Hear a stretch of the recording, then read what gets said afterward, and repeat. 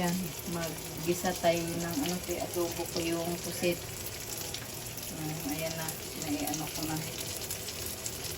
Tama na salian. At baon ni Bunso. Pusit.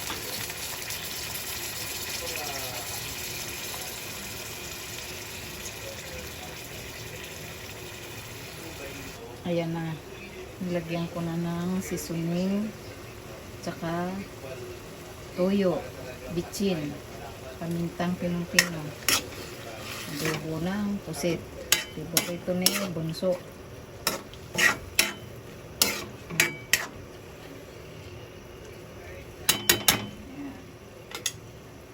Tapos panghimagas, mamini lang siya doon sa pinya, mangga o melon na melon juice.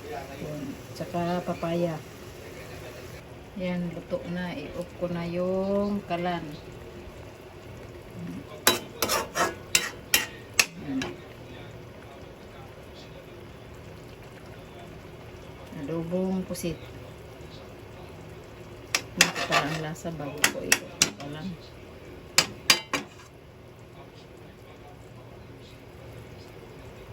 Ang ingay ng TV ng mga kapitbahay namin nanonood ng hearing sa Senado.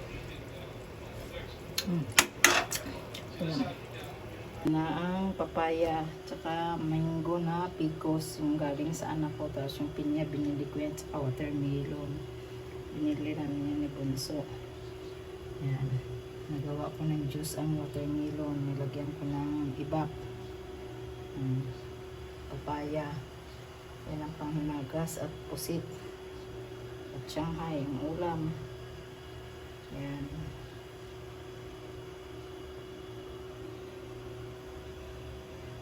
Happy weekend po sa ating lahat.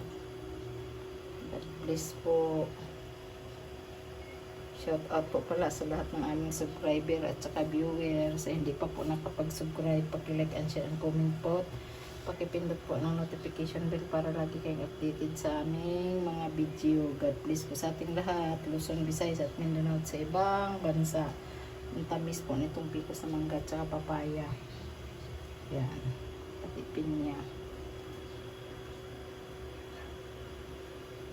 Sinsya na po kayo sa ingay kanina at ang lakas ng nanonood ng mga kapitbahay ko ng TV na yung sa Senate hearing.